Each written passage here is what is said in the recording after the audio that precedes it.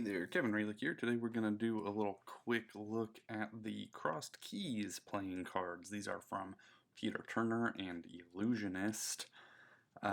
This is not the very first deck of cards that Peter Turner has been involved with. He had his Resurrected deck a few years ago.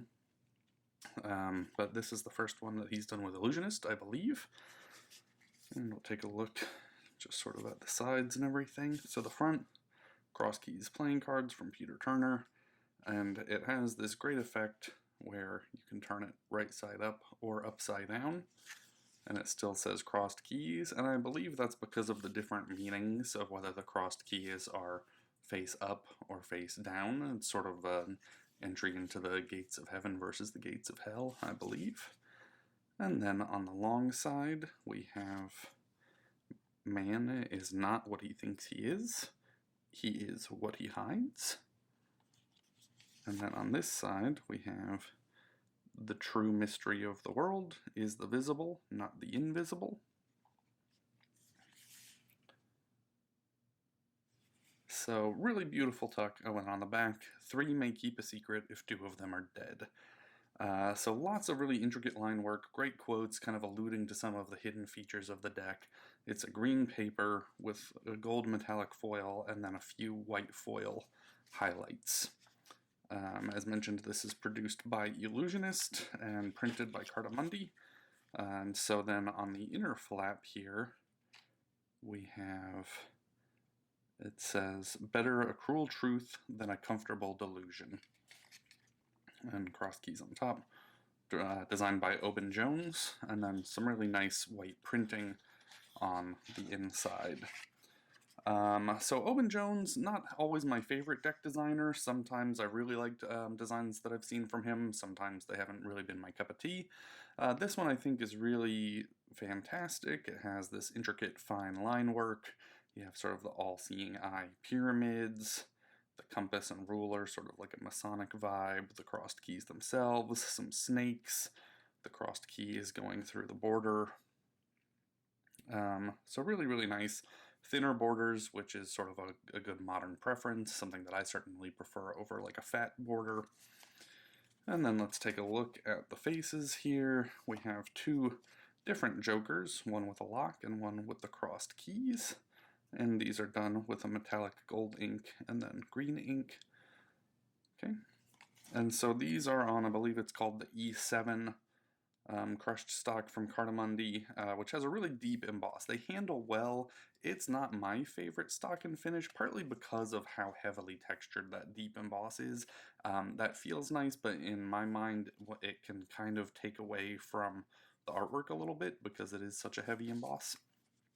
But looking at the Ace of Spades, carrying through the theme as well, 2021 print run, Peter Turner, Oben Jones, and a lot of the similar design elements that you find elsewhere in the deck, in the tuck and in the card back, also present in the Ace of Spades.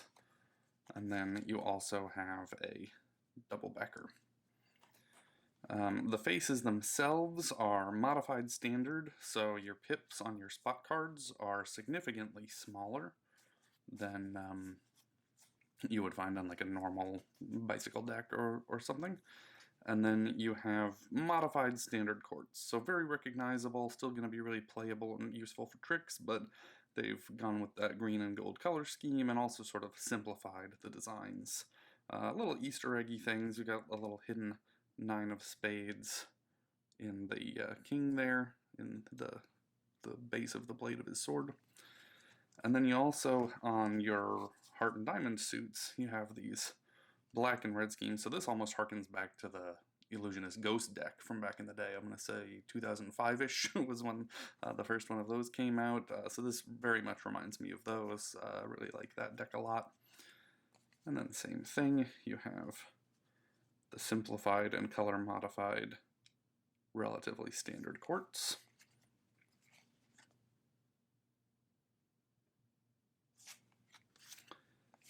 And going through the clubs and the hearts. Again, that red with the black outline, but otherwise fairly standard and playable. Oh, and then in addition to your double backer, you have this half 4 of diamonds, half 2 of spades gaff card.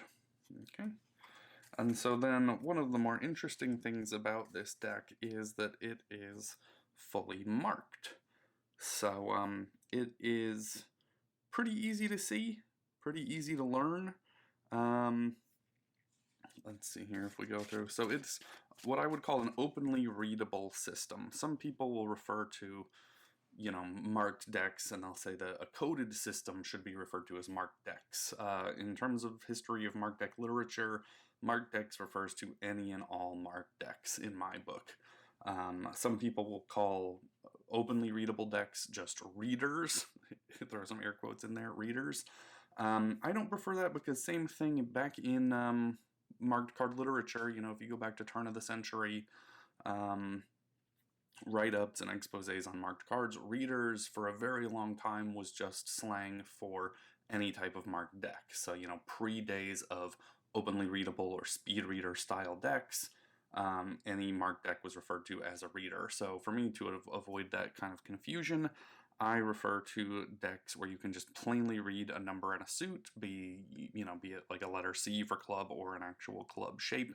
I like to refer to those as openly readable decks, and something like a Deland deck or something, that has dots or slashes or lines, something that you need to not only see but decode, I refer to those as coded. So this is what I would call an openly readable marked deck. It's pretty quick and easy to learn. Their PDF is thorough.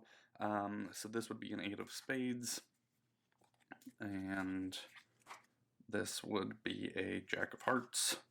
So pretty quick and easy to learn, it just takes a few minutes.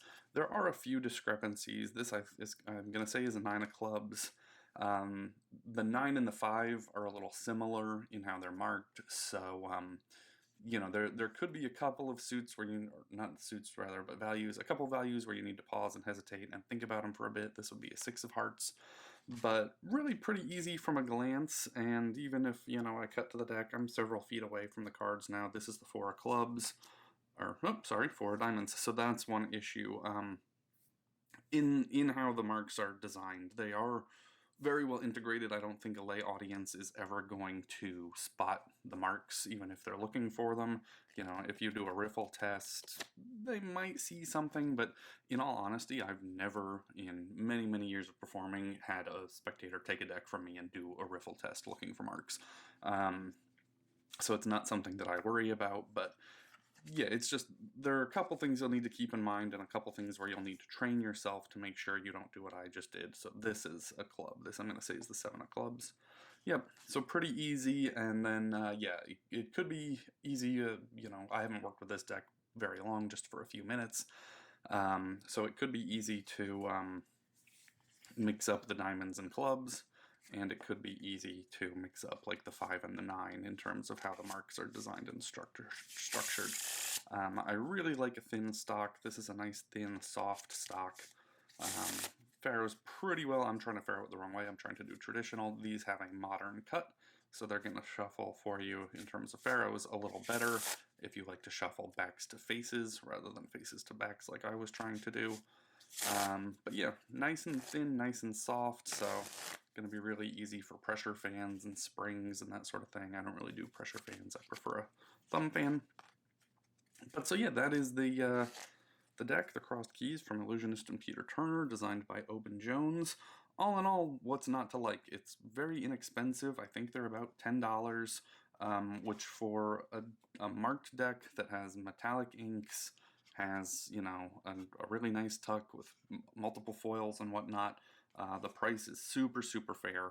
Really nice price. Handles well, and it's elegant. So I think you could work this. Obviously a lot of modern decks that are produced are designed more for being collectible. But this is a deck that you could perform with. If it suits your performing character and your venue, you could easily perform with this, and people wouldn't really give it too much of a look other than it looking like a nice, classy deck. And so 7 of diamonds here. Yeah, quick and easy to read from a pretty reasonable distance. I would say easily 3 feet away, maybe a little further depending on your eyesight. But yeah, so that's the Queen of Diamonds. Yeah, very quick and easy. I would recommend it.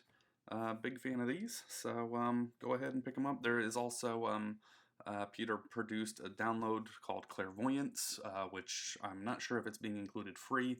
During the launch of this deck, it was a free download that was included. I think now it may be a separate purchase. But Peter's a genius. He's a really deep thinker in terms of mentalism and magic, so you can never go wrong with any of his instructional material. He really has some great insights into how to be a strong performer. So that is the Crossed Keys deck from Illusionist and Peter Turner. Hope you like it. Feel free to leave any notes or anything in the comments down below. Give us a like and a subscribe, and we'll see you next time.